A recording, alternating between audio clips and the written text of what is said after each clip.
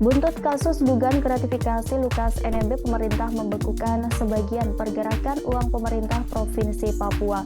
Menko Polhukam Mahfud MD mengatakan bahwa pergerakan uang Pemda Papua sekarang dalam pengawasan pihaknya. Dalam hal ini, pemerintah telah berkoordinasi dengan Pusat Pelaporan dan Analisis Transaksi Keuangan atau PPATK untuk membekukan pergerakan uang. Hal tersebut sebagai upaya agar tak terjadi penyalahgunaan yang bertentangan dengan hukum. Secara terpisah, Ketua KPK Firly Bahuri mengatakan bahwa rekening berisi 76,2 miliar rupiah terkait dengan perkara Lukas telah diblokir. Firly menuturkan Lukas diduga menerima suap sebesar 1 miliar rupiah dari Direktur Utama PT Tabi Bangun Papua, Rijatono Laka. Uang itu diberikan setelah dan sebelum perusahaan Rijatono dipilih sebagai pemenang 3 proyek multi-years bernilai miliaran rupiah. Proyek itu antara lain rehab sarana dan prasarana penunjang PAUD integrasi dengan nilai proyek 13,3 miliar rupiah, penata lingkungan venue menembak outdoor Auri dengan nilai proyek 12,9 miliar rupiah, dan Endrop Hamadi dengan nilai proyek 14,8 miliar. Sebelum maupun setelah terpilih untuk mengerjakan proyek dimaksud, tersangka Lukas NMB diduga menerima uang dari tersangka Rijatono Laka sebesar 1 miliar rupiah. KPK menduga Rijatono bersepakat dengan Lukas dan sejumlah pejabat di pemerintah Provinsi Papua terkait pembagian fee sebesar 14% dari nilai kontrak yang telah dikurangi nilai PPh dan PPN.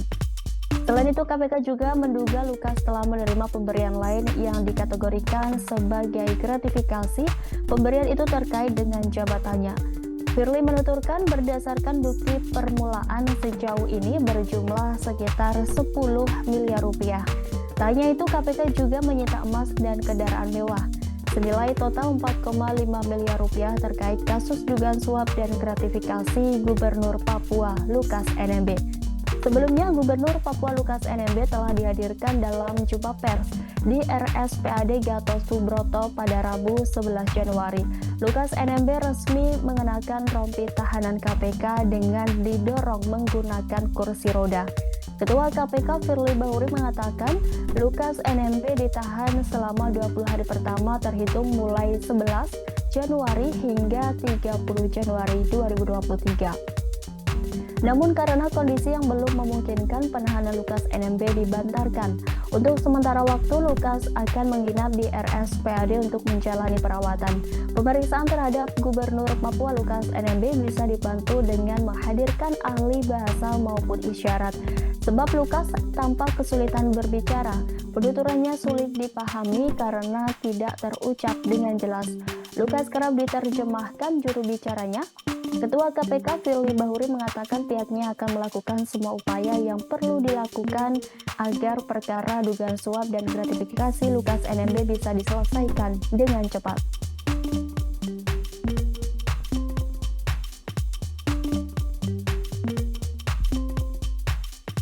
Papua Lukas NMB dan segera membawa ke Jakarta kemarin. Penangkapan ini murni merupakan langkah penegakan hukum yang sudah lama didiskusikan dan selalu tertunda karena Lukas menyatakan diri dan dinyatakan oleh dokter yang dipilihnya sedang sakit. Jadi ini sama sekali tidak ada kepentingan selain urusan itu.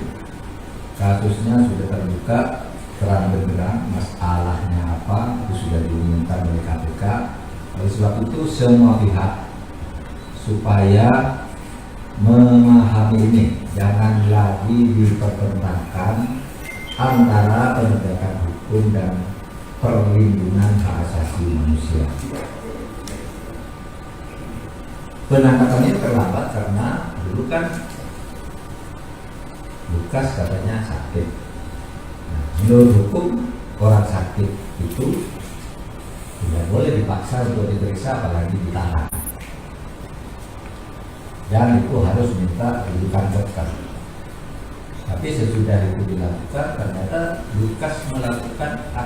aktivitas seperti orang tidak sakit, meresmikan gedung dan berbagai kegiatan lain, sehingga sesudah berkonsultasi dengan saya, membicarakan dengan saya Ketua KPK pada tanggal 5 Januari 2023 sore, diputuskan bahwa luka saya menjadi diangkat dengan tetap memperhatikan sepenuhnya perlindungan atas hak asasi manusia.